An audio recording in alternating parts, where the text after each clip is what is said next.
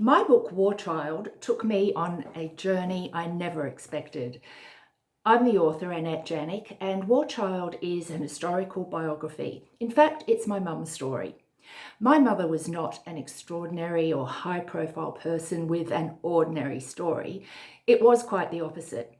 She was an ordinary everyday person, but she did have an extraordinary historical story told from a young Aryan German girl's point of view, growing up in Nazi Germany. War Child covers 100 years. It starts in pre-World War II Germany, goes through that Nazi era, and ends up in the suburbs of Adelaide, where my mum came to live.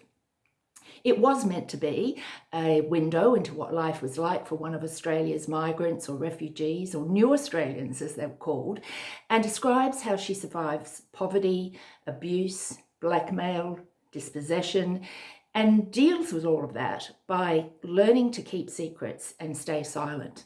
It was her protection mechanism. And I'm sure now, as much as it protected her, it also trapped her.